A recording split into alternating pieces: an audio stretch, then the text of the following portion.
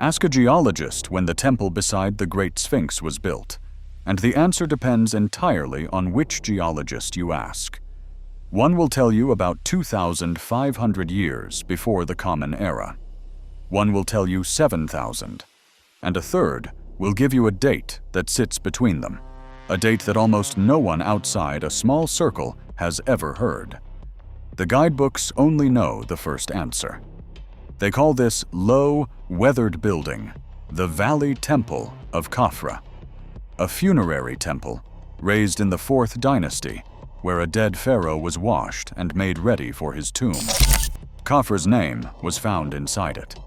His statues were pulled from its floor. For most of a century, that was the end of the conversation. But this temple has never been cleanly dated, and the building keeps contradicting the sign standing in front of it. Its core is stacked from limestone blocks heavier than the granite beams over the king's chamber in the Great Pyramid. A study that fingerprinted all 173 of those blocks was finished in the early 1980s, and then it was never released. And in 2025, one team announced an entire city hidden beneath this plateau, using an image that turned out to be almost entirely generated by a machine. So today, we are going to set the 3 answers side by side and ask which one the stones themselves actually support.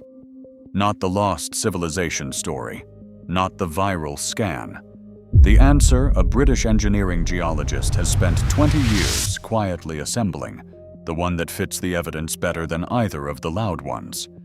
And to get there, we start with what that buried study recorded about where these stones were born. To find the temple, you have to look away from the pyramids. Everyone who comes to Giza photographs the Great Pyramids on the skyline and the lion body of the Sphinx crouched below them. Almost no one turns to the squat, roofless rectangle of stone standing just to the south. Its walls thick, its surface pitted and gray, looking older and rougher than everything around it. The Frenchman Auguste Mariette dug it out of the sand between 1853 and 1860. He found it so closely tied to the Sphinx that he called it the Temple of the Sphinx. And inside, at the bottom of a pit cut into the floor, his workers lifted out one of the masterpieces of the ancient world. A seated statue of Khafre, carved from a single block of dark, hard stone, a falcon folding its wings around the back of the king's head. That statue is why the building carries Khafre's name today. Step inside, and the space is severe and deliberate. A T-shaped hall, 16 square pillars of polished red granite, a floor of pale alabaster, and narrow slots in the upper walls that once let blades of sunlight fall across the stone. It is beautiful. It is also a kind of disguise, because that smooth red granite is only a skin. Behind it sits the thing the temple is really made of. The core blocks of limestone are enormous. The best documented of them weigh in the region of 100 tons each. To feel what that means, compare it to the pyramid 200 yards uphill. The average block in the Great Pyramid weighs about 2.5 tons. These core blocks are roughly 40 times heavier. They are heavier even than the granite beams that roof the king's chamber, which come in around 80 tons and are usually described as the heaviest stones the pyramid builders ever lifted. Now, you may have seen a much larger number attached to this building. 400 tons. It circulates constantly, but follow it back, and it does not come from any measurement of the Valley Temple. It traces to an estimate written about a different structure on the plateau, and it has been copied from video to video ever since. The honest figure is the documented one, and here is the part that should bother you. The documented figure is still heavier than anything inside the Great Pyramid. The mystery does not need the exaggeration. It survives the correction, and the materials only deepen the strangeness. The granite skin came from Aswan, around 500 miles up the Nile. The stone of that famous statue, An anorthosite gneiss, often wrongly called diorite, came from an even more remote quarry at Gebel el Asr, roughly 600 miles to the south, out in open desert. The Egyptians hauled stone across impossible distances to finish this building. But the limestone core, the heaviest part of all, was cut from the bedrock right here. And that is where the real question begins. Not how heavy these stones are, where each one came from.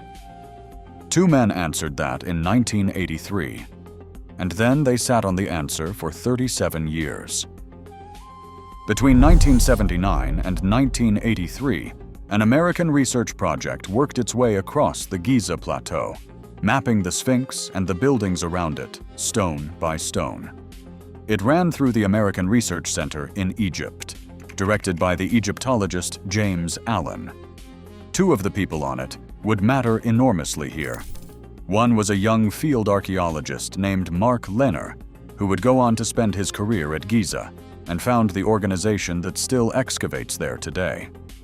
The other was a geologist from the University of Tübingen named Thomas Aigner. Together, Lehner and Aigner did something no one had done for the temple beside the Sphinx. They identified the rock type of every single core block, all 173 of them. They sorted those blocks into 7 distinct kinds of stone, which they labeled with the letters A through G. It was, in effect, a complete fingerprint of the building, a map of where every stone had come out of the ground. And then, it was never published. The data sat in a researcher's files. Years passed, and then decades. It was only in a project report many years later that Lehner described what had happened, writing that they had always intended to publish the work, had not done so, and were finally presenting the information 37 years after the fact. A complete geological map of the most argued over building on the plateau, finished, and then quietly shelved for almost 4 decades. To understand why that map matters, you need to know how the Sphinx itself is built. The geologist K. Lal Gowrie of the University of Louisville described the rock of the plateau in 3 layers. The lowest, a hard gray limestone, forms the floor the Sphinx sits on.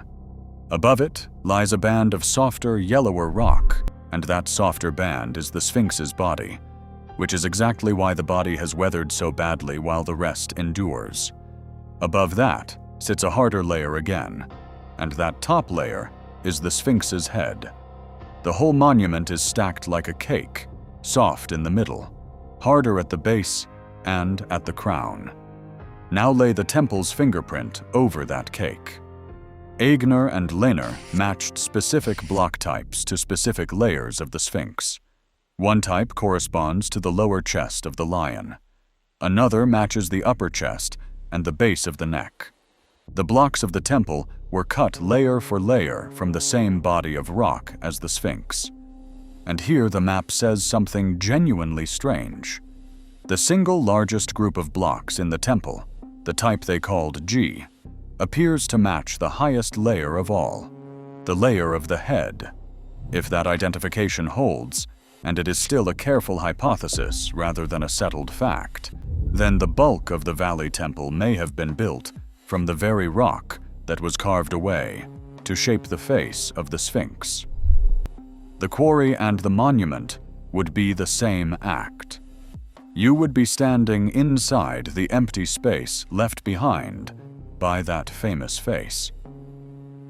But the same fingerprint also recorded an anomaly that has nothing to do with the Sphinx at all. 2 of the 7 stone types, the ones labeled B and D, do not match the Sphinx enclosure. Their rock matches a quarry cut 1/4 mile away to the southwest, beside an entirely different monument. That means someone hauled those particular blocks across the plateau and built them into these walls, scattered among stones taken from right beside the Sphinx. 1 building, 2 sources, and there is no obvious reason to carry heavy stone in from elsewhere when you are already quarrying enormous blocks on the spot. If those blocks tie the temple to the Sphinx, then to date the temple, you have to date the Sphinx. And the age of the Sphinx is the single most contested question in all of Egyptology. If you want to follow arguments like this one, where the evidence is real and the answer is genuinely still open, subscribe and stay with us, because this is where it stops being about stone and starts being about time. 3 scientists, 3 answers, 1 question. The first answer is the official one, and it is not a guess. A short distance from the temple, the team Mark Lehner founded has spent decades excavating a sprawling settlement they call the Lost City, the town that housed and fed the people who built these monuments. Out of that town came organic material that could be radiocarbon dated, and clay ceilings stamped with royal names. The names stop in the Old Kingdom. They cluster around Khafre and his successor, Menkaure. Several of the radiocarbon dates fall close to Menkaur's historical reign, in the range of 2,530 to 2,500 years before the Common Era. The physical evidence of who lived and worked here points hard at the 4th Dynasty. And there is a second line of evidence that the deep time camp likes to reach for, only to find it does not help them. In a study published in the Journal of Cultural Heritage, the luminescence dating specialist Ioannis Liritsis of the University of the Aegean measured how long certain stone surfaces in the Giza temples had been buried away from light. His result placed the construction in the 3rd millennium before the Common Era. The most direct scientific dating ever applied to this stone points to the same window as the Orthodox account, not thousands of years earlier. The method itself is debated, so we hold it lightly, but it leans toward Khafre, not away from him. So why does anyone argue for 7,000 years ago? Because of water. Robert Schoch, a geologist at Boston University, looked at the deep vertical channels weathered into the walls of the Sphinx enclosure and argued, in the journal KMT, that only sustained heavy rainfall could have cut them. And the last time the Giza region saw that kind of rain was thousands of years before the pharaohs. Schoch is a credentialed geologist making a serious argument, and it is the foundation of every documentary that calls the Sphinx impossibly old. But there is a third answer, and it is the one almost no one repeats, even though it may fit the evidence best. Colin Reeder, a British engineering geologist, agrees that the erosion is real and that it predates Khafre. He simply does not leap to a lost civilization. Reeder's mechanism is rainwater runoff. He argues that water sheeting down off the higher ground of the plateau eroded the Sphinx and its enclosure, and that the later quarrying for Khufu's Great Pyramid, just uphill, cut off the path that water had taken. If the runoff was blocked by Khufu's work, then the heavy erosion had to happen before Khufu, not thousands of years before, a few generations before. In his paper in the journal Archaeology, Reeder places the origin of the Sphinx in the early dynastic period, roughly 3,000 to 2,800 years before the Common Era, older than the official date, but still Egyptian, still human, still well inside recorded history. It is the answer that honors the erosia without inventing a vanished super-civilization, and it is the one the loud channels skip, because a date a few centuries early is far less exciting than a date 7,000 years deep. Reeder has taken it further in more recent work, arguing that the head of the Sphinx may have been recut from an earlier form, that the famously small head sitting on that vast body is itself a clue the monument was reshaped. It is a striking idea, and it is exactly the kind of careful evidence first reframing the field rarely rewards with attention. And the mainstream geologists have an answer for the erosion that needs no ancient rain at all. Kay Lalgauri and James Harrell of the University of Toledo argue that the weathering is salt. The Sphinx lay buried to its neck in damp sand for most of its existence, and salt crystallizing inside the porous limestone fed by dew and groundwater, can flake and channel stone in just the way we see. Same walls, same channels, a completely different cause. So who is right? In 2025, two teams went looking for an answer with very different tools. One produced an image that traveled around the world. The other produced a paper. In March of 2025, at a press conference in Bologna, a group of researchers announced something extraordinary beneath the Giza plateau. Corrado Malanga of the University of Pisa and Filippo Biondi of the University of Strathclyde, working with others, claimed to have detected vast structures deep under Khafre's pyramid. Shafts plunging more than 2,100 feet down. A complex reaching, they suggested, as far as 4,000 feet beneath the surface. An underground city. The story exploded across the internet within days. There was one problem. There was no paper. The claim was delivered as a press release and a presentation, not as peer-reviewed research. And the single image that did most of the work, a dramatic cross-section showing neat structures buried in the rock, was run through image analysis and flagged as almost entirely generated by a machine. The city that went around the world was, in large part, a render. The specialists did not hold back. Zahi Hawass, Egypt's former head of antiquities, called the claims completely wrong and said they lacked any scientific basis.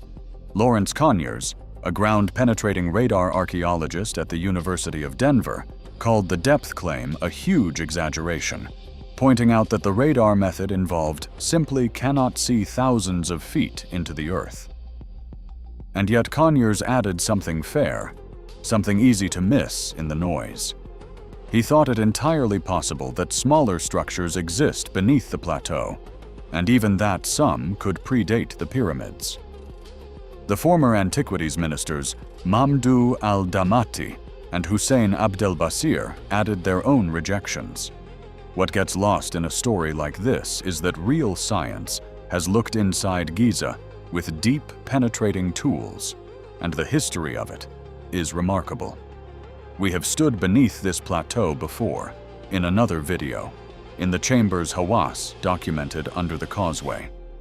But the most striking case is older still. Back in the 1960s, the Nobel Prize-winning physicist Luis Alvarez placed cosmic ray detectors inside Khafre's pyramid, using particles called muons to X-ray the solid stone for hidden chambers. He found none in the portion he scanned, and the work was cut short by the War of 1967. More than half a century later, in 2025, a new muon project at Giza, published in the Journal of Applied Physics, picked the idea back up with modern instruments. That is the difference between the viral version and the real one. One is a render, the other is a detector, patiently counting particles. And the temple itself has one last thing to say about its own history. Mark Lehner has pointed out that the Valley Temple was apparently Khafre's final addition to his complex, left unfinished, its outer granite casing never completed. In one corner, a section of the enclosure wall sits directly on top of an in-place block of that granite casing. The wall was built after the casing was laid. The building records the order in which it was assembled, written into the stone for anyone willing to read it. So when we stop arguing and simply read the stones, what do they tell us?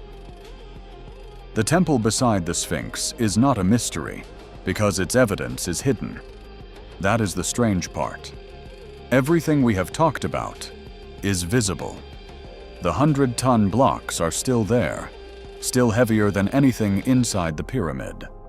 The granite stones still fit themselves to surfaces worn before they were ever cut. The fingerprint of all 173 blocks was finished 40 years ago. The three answers have been on the table for decades.